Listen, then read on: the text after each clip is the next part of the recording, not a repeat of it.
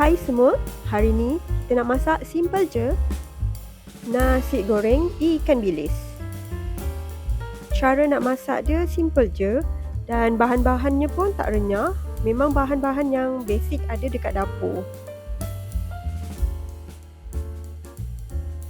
Okeylah, jom kita start.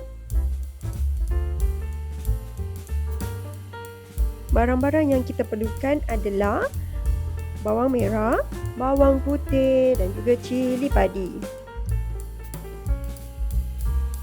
Bawang merah tu kalau nak guna bawang besar pun boleh. Bahan-bahan ni semua kita akan kisar nanti. Selain kisar, korang boleh juga tumbuk kalau rajin. Dan bahan utama jangan korang lupa adalah ikan bilis. Nur letak dalam segenggam macam tu. Ikan bilis ni kita akan kisar sekali dengan bahan-bahan yang tadi. Biasanya kalau Nur masak nasi goreng, Nur akan lebihkan rempah-rempah macam bawang-bawang tu semua. Ikan bilis dia memang Nur akan letak lebih. Rempah-rempah itulah yang buat nasi goreng kita bertambah-tambah sedap. Ini nasi sejuk. Nasi yang kita masak semalam. Tumis barang-barang yang telah di blend tadi. Tumis sampai naik bau dan sedikit garing.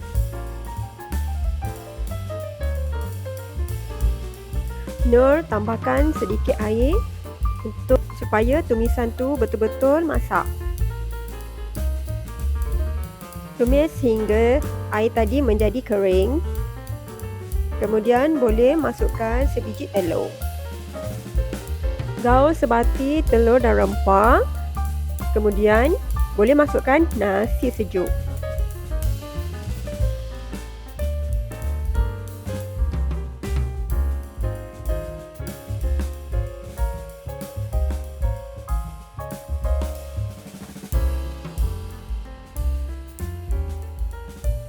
Jangan lupa perasakan dengan garam dan serbuk perasa. Serbuk perasa tu optional, kalau tak suka tak payah letak.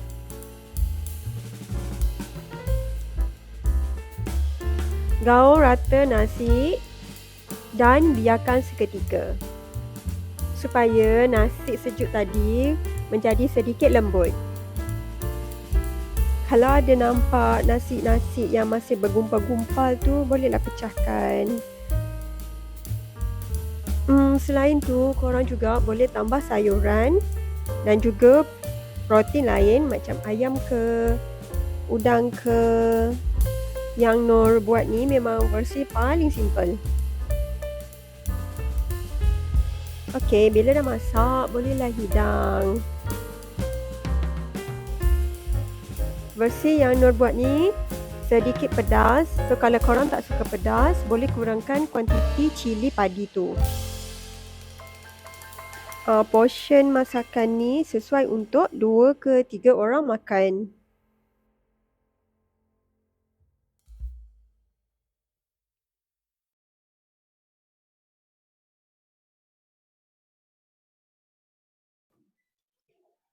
Okeylah, selamat mencuba. Jumpa lagi korang. Bye.